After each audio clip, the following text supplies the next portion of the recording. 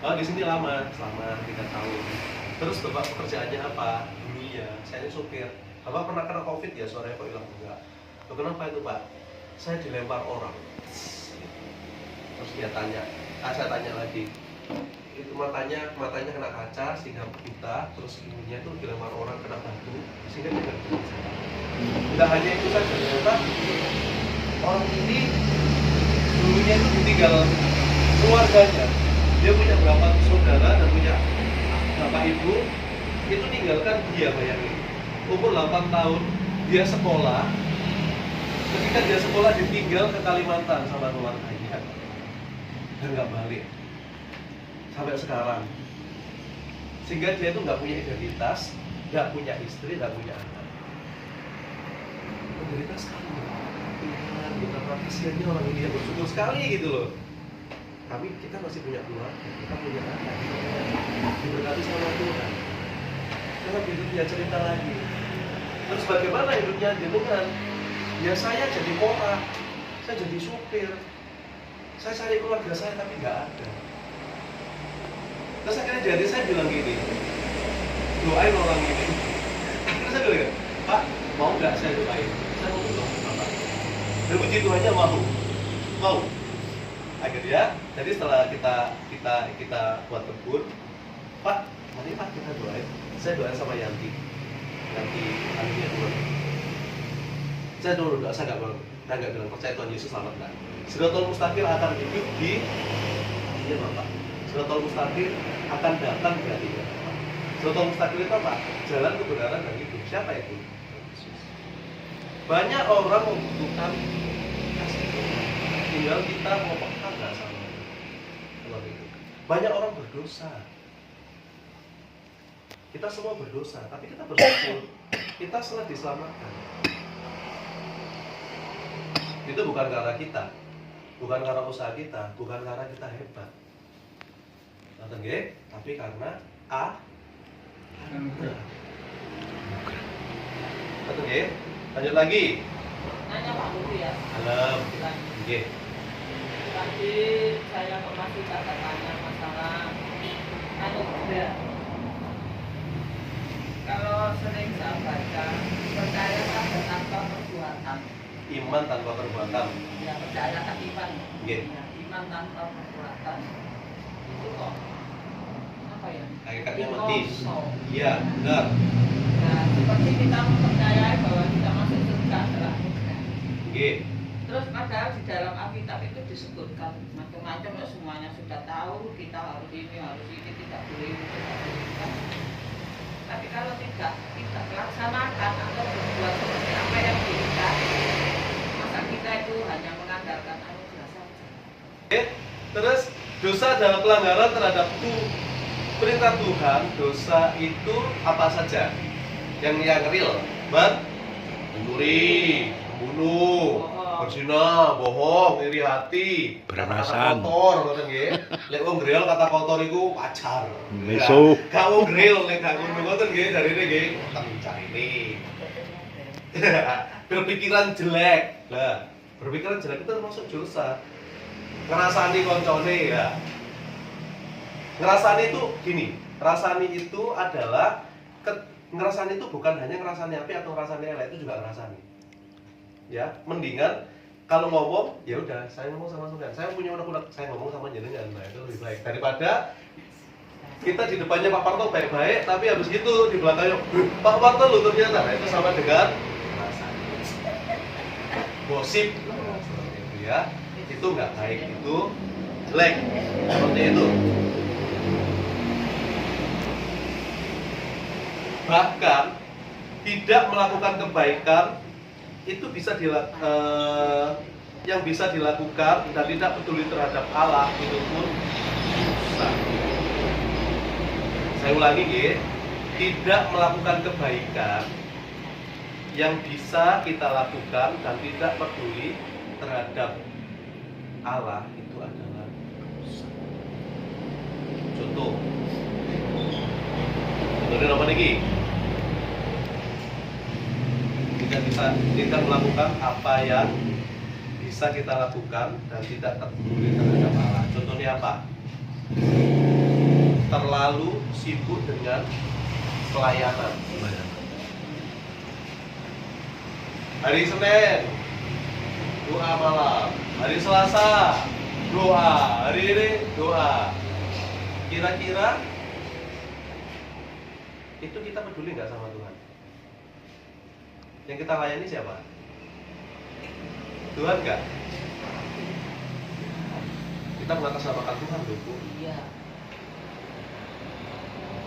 Nanti yang dipandang sebagai orang benar siapa? Bu R loh, ya ampun, udah kayak bener setiap hari ke gereja, pelayanan A, B, C, Z, tapi hidupnya masih belum benar. Apakah itu dikatakan benar? Itu juga dinamakan. Terus berarti kita nggak boleh pelayanan? Ya boleh, tapi kita harus punya hubungan dengan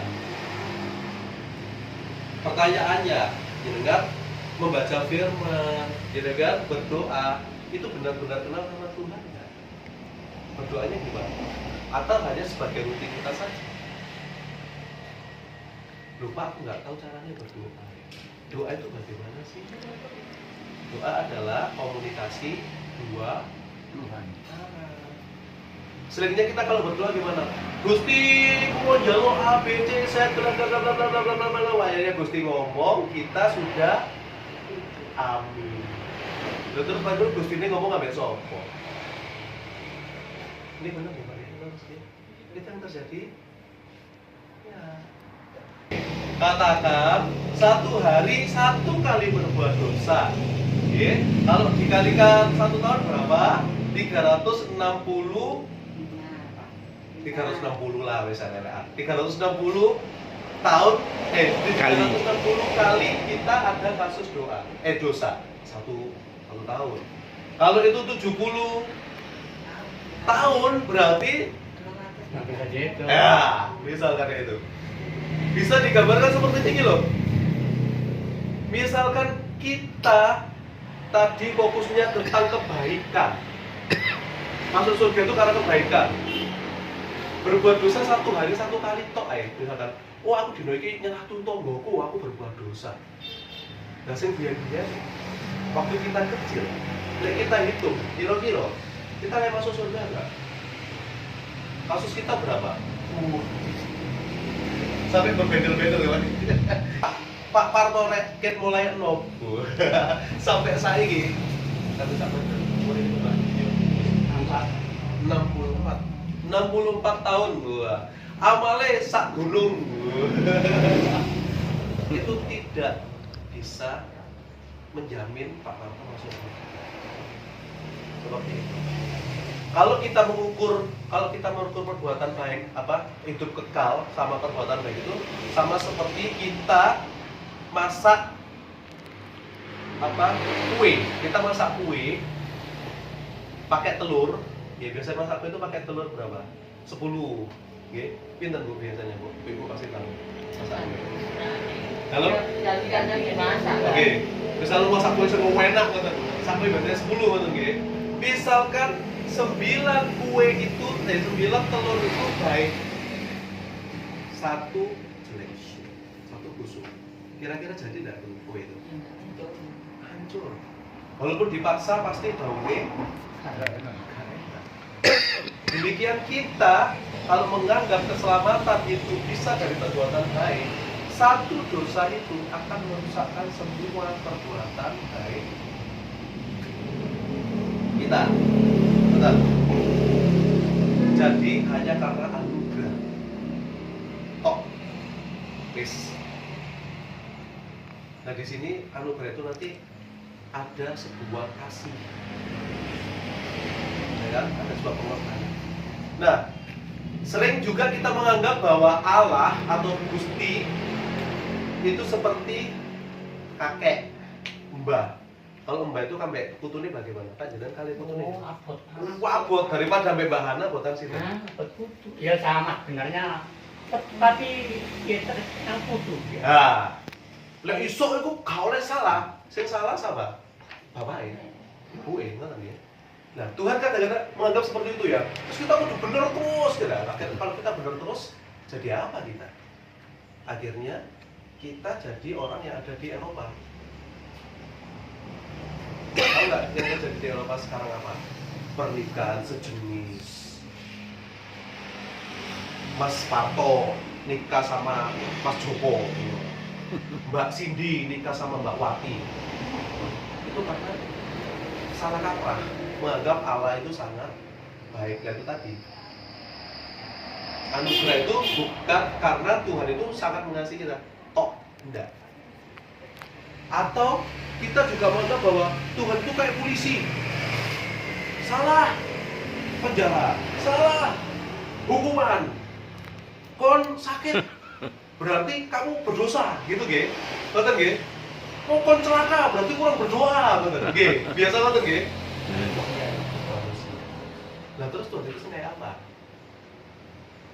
Tuhan ini kasih atau Tuhan ini adil? Terus Tuhan itu menurut jenengan bagaimana? Tuhan, menurut jenengan bagaimana Tuhan? Dia kasih atau dia adil? Kasih. Terus Tuhan nggak adil? Dikasih ya adil. Kasih tetap jelas adil. Oke, betul ya? Iya. Berarti Karena semua tanpa kasih semua itu iman. Iya. Kalau imannya segede gunung, tapi kalau tidak mempunyai kasih, habis. nah, Berarti tidak adil. Adil. Adil. ini kasih jelas adil. Adil. Oh, adil. Berarti tegas betul ya? Tegas. Berarti Tapi orang-orang ini adil belum tentu kasih. betul. Berarti orang-orang itu yang salah harus dikupas kayak orang Israel gitu. Kamu berdosa, mati.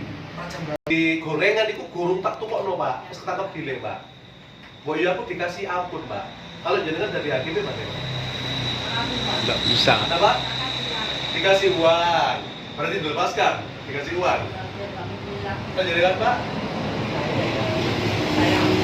Diampuni. Terus? Lainnya. Pak janji, kalau jenengan jadi hakimnya bagaimana? Tetap berjalan. Memang hakim itu tidak mudah. Kalau hakim sudah menamakan atas nama Allah, itu harus tunduk. Jadi tetap ya harus dijatuhi hukuman. Ya, Dengan perbuatan. Itu namanya adil. iya. Sebagai hakim yang adil, saya juga akan melakukan ya, dihukum. Ya, ini ada gambar neraka. Upah dosa ialah maut. Konsekuensi dosa itu maut. Besar kecil dosa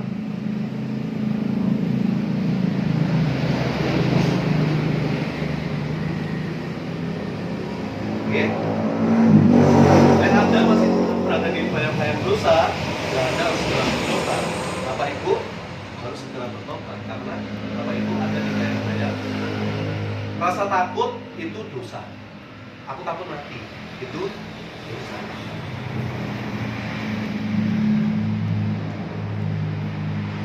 Ketika itu terjadilah pencurian pada malam itu. Dan jenderal dikasih tahu kabar sama prajuritnya, jenderal ada yang mencuri. Oh iya, bawa ke sini. Kenapa bisa terjadi? Dia nggak tahu jenderal. Terus ketika dibawa, siapa yang dibawa? Ketika yang dibawa ke hadapan jenderal, yang datang di hadapan jenderal itu adalah seorang wanita. Dia adalah ibunya. Nah, ketika itu langsung kan dibawa ke Polres di lapangan. Ini bagaimana nih dengan orang ini? Harus dihukum ataukah diampuni? Ada orang bilang dihukum, harus adil. Ada yang ngomong jangan kasihan. Itu orang sudah tua, wanita, kasihan. Itu ibuku. Jenderal bingung nggak? Bingung antara menghukum atau membebaskan. Kira-kira apa yang dilakukan jenderal? Saya mendengar cerita seperti itu, kalau saya karena dia itu mau menghukum ibunya, Gak dihukum ya pencuri. Akhirnya yang bertanggung jawab itu adalah jenderal. Nah, oke Pak Parto, skip dulu ya. Jadi jenderal itu menjatuhkan hukuman 50 cambuk kepada Ibunya. otomatis lempar nggak itu warga? Ibu silakan maju ke depan, ibu harus dihukum 50 cambuk. Semua orang sudah menutup mata, nggak tega. Cambuk. Terus apa yang terjadi ketika Algojo mau melayangkan diri? Si jenderal bilang, stop, jangan pukul. Saya akan menggantikan ibu. Jadi ibunya tetap di depan.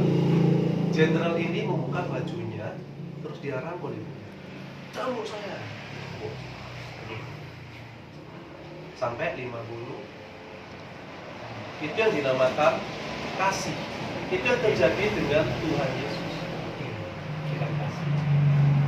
Tuhan Yesus datang, itu adalah Tuhan sendiri. Tuhan Yesus dijanjikan datang ke dunia ini setelah manusia jatuh dalam dosa. Manusia jatuh dalam dosa itu sebetulnya Tuhan sudah tahu rencana itu. Karena apa? Tuhan menciptakan manusia itu di bumi. Sebelum manusia diciptakan, iblis sudah dilemparkan di bumi. Karena dia iri, sombong. Dia dilemparkan di bumi. Jadi potensi manusia jatuh dalam dosa itu ada sebetulnya. Makanya Tuhan membuat rencana penyelamatan jauh sebelum manusia diciptakan.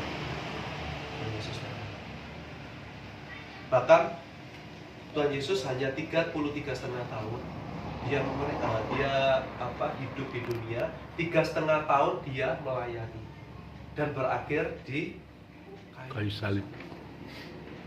Tuhan Yesus itu siapa? Tuhan Yesus adalah Tuhan sendiri, Tuhan Allah sendiri. Tuhan Yesus. Dia turun menjadi manusia. Karena apa?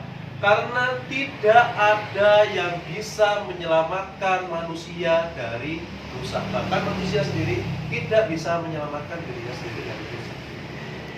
Butuh seorang atau pribadi yang benar-benar kudus yang membawa dosa itu kepada kebenaran, kepada keselamatan. Makanya dia disalib. Jadi tanpa dosa loh. Disalib. Dikatakan sudah selesai. Di Paskah kemarin ya, sudah selesai. Selesai itu dalam arti dosamu sudah selesai. Anugerah itu turun. Itu. Dan Yesus mati dan dikuburkan, tetapi dia Allah bangkit dan naik ke surga. Kalau dia bukan Allah, dia nggak akan bangkit.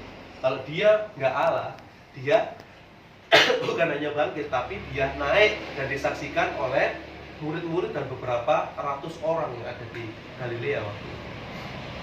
Berkhotbah ke saudara, ya, berkhotbah ke saudara. Injili nek saudara. Beritakan Yesus ke saudara. Ibu Dina. Beritakan Injil. Bukan hanya tentang kesembuhan saja. Kalau kesembuhan saja nanti ibu jadinya hukum. Oke? Beritakan Yesus. Ingat ya, Tuhan Yesus itu datang ke dunia ini bukan membawa agama. Dulu nggak ada loh agama Kristen, oke? Agama Kristen nggak ada, agama Islam nggak ada. Iya benar ya? Agama Kristen nggak ada. Dulu itu penyembah Baal dan agama Yahudi, itu aja. Nah, jadi kita bawanya bahwa Kristus. Kalau mereka ngomong, oh Kristus itu kristenisasi, ya kita bawa islamisasi aja. Mengajarkan begitu. Nah, bukan hanya di situ saja. Ini bicara tentang iman. Iman itu apa sih? Dalam percaya. Lanjut ya, iman itu apa, Pak? Percaya. Cuman percaya doang. Ya, kalau kita mempunyai iman itu harus tanpa dengan perbuatan itu. Kalau percaya itu gak nyambut gawe ya gampang. Betul, setuju 100%, 1000%. Jadi iman itu sebetulnya gampang, Pak. Iman itu adalah ketika kita mendengar, kita percaya, kita lakukan. lakukan. Itu iman. Ya. Saya tahu. Mendengar apa firman Tuhan. Percaya kepada firman Tuhan itu dan melakukan. Ya. Iman ibarat kunci untuk membuka gemboknya tadi. Jadi, selain anugerah kita butuh apa? Iman. Iman itu disertai dengan percaya dan melakukan. Berarti jawab gini. Iman itu ada iman yang menyelamatkan dan iman yang tidak menyelamatkan. Di sini ada beberapa gambar iman yang tidak menyelamatkan. Contohnya, percaya toh. Misal lo gini, Bu percaya sama saya. Bu nyebrang dalan pas dalan rame. Bu nya berangkat tabrak mati. Itu beriman. Itu adalah beriman yang tidak beriman yang tidak menyelamatkan. Wes aku percaya toh wes kowe. Juga menjebur kali wes pokoknya selamat. Kira-kira selamat enggak? Nanti. Ngeter. Nggih, kecuali saya ngomong Gusti Yesus nggih, waktu itu Petrus nggih. Itu kecuali itu beda. Kalau saya ngomong uang percaya enggak? Ojo percaya. Karena itu namanya iman yang tidak Menyelamatkan. Seperti itu. Itu contohnya nggih. Terus asalkan percaya, selamat. Nah, itu salah. Seperti itu. Nggih. Ada lagi iman tidak menyelamatkan. Berdasarkan akal saja. Logikanya yang apa ini logika? Masuk akal enggak? Kalau punya sakit ya kan? Punya sakit. Ya. Punya sakit kanker atau apa gitu. Wes, yakin di doa kok sembuh. Oh, yakin percaya gitu. Tapi tidak pernah beriman dia akan sembuh. Sembuh? Tidak. Ya. Iman harus disertai dengan perbuatan. Nggak boleh pakai akal, iman itu nggak boleh pakai akal. Nggak boleh dihitung-hitung. Siji tambah siji sama dengan loro. Tidak, iman tidak seperti itu. 5 tambah 2 sama dengan berapa? 5.000 orang. 5 roti 2 ikan sama dengan berapa, Bu? 5.000 orang kan? Itulah iman. Tuhan Yesus punya iman, bisa kasih makan semua. 5 tambah 2 sama dengan 5.000 orang. Sisanya berapa? 12. Masuk akal nggak? Itu iman. Masuk. Ya, tidak bisa kita pakai akal. Biasanya kita tuh main akal loh, main otak loh. Gak mungkin iki masalah terlalu berat, iki gak mungkin. Nah, di mana iman? Ya, biasa gimana iki? Yo kudu iki nyene duwe. Itu namanya kita tidak iman. Kita pakai logika.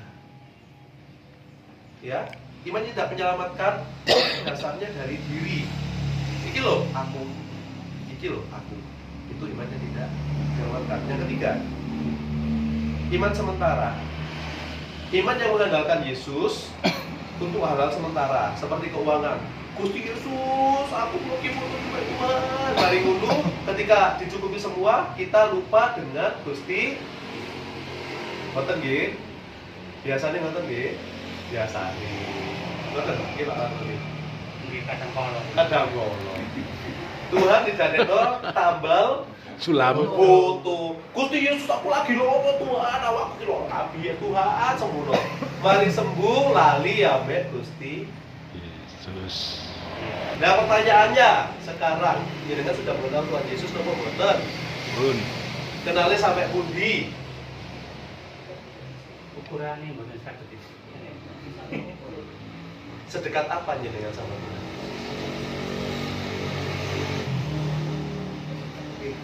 Kasih topi. Berarti jenengan belum kenal.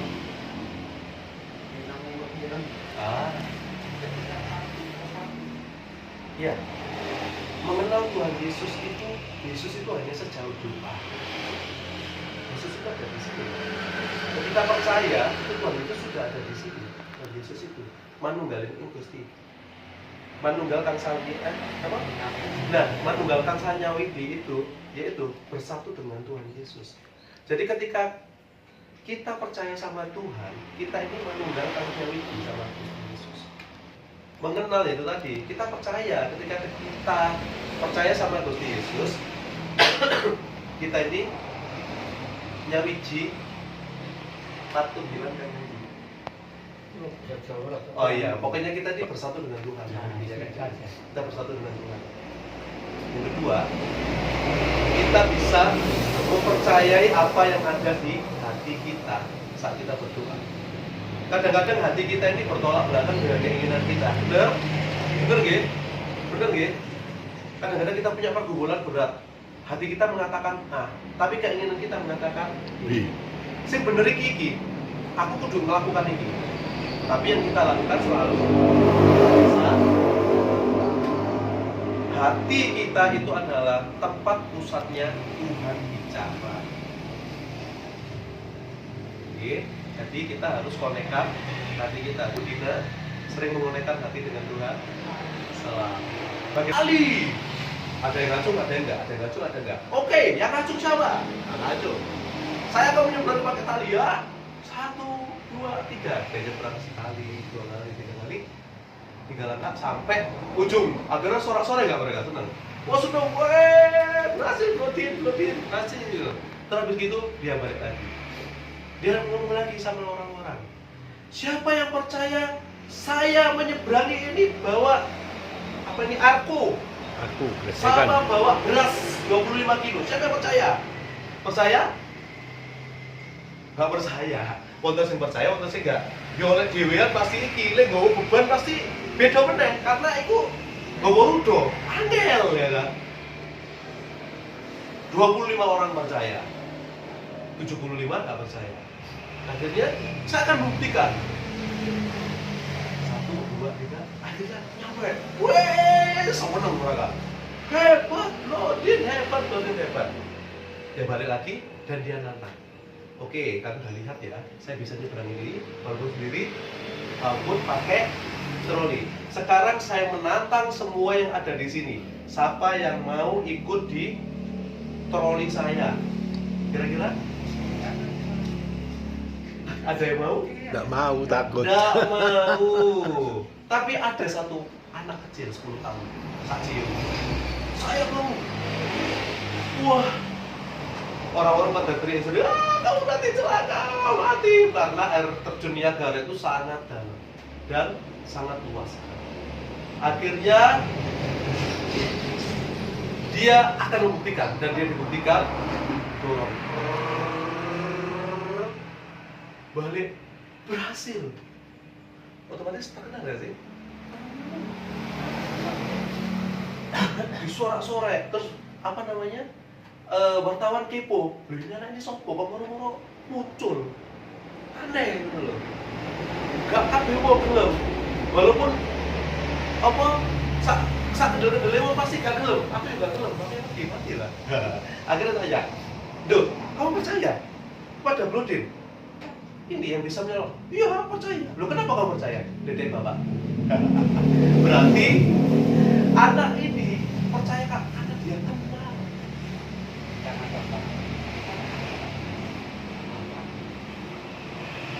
Nah, pertanyaannya kepada Bapak Ibu semua yang ada di sini. Jenengan percaya nggak sama Tuhan? Tadi kan jenengan sudah kenal sama Bapak, sudah nggih, sama Gusti, sudah. Jenengan percaya nggak sama Tuhan? Ya. Percaya. Dia nggak akan pernah meninggalkan kita, walaupun dalam lembah kelam. Jenengan tahu lembah kelam itu bagaimana? Water. Lembah kelam itu adalah jurang di mana kiri kanan kita ini batu dan pandangan kita ini ke atas itu gelap dan hanya ke depan itu gelap hanya ke atas saja. Ke atas itu langit. Tapi janji Tuhan apa? Sekalipun aku dalam lembah kekelaman, aku akan menyertai engkau. Bayangin, Tuhan ada di sini kita. Itulah disebut iman. Percaya, mengenal dan mengandal.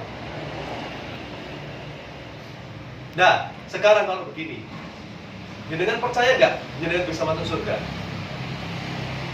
Lagi, karena apa? Pemberian. Anugerah. Yang kedua tadi apa? Karena apa? Kita mengenal dan mengandalkan Tuhan. Jadi mengandalkan Tuhan itu gini loh. Misalkan gini, Pak Marlon saya mau. Ini tangannya jenengan. Pegangannya begini.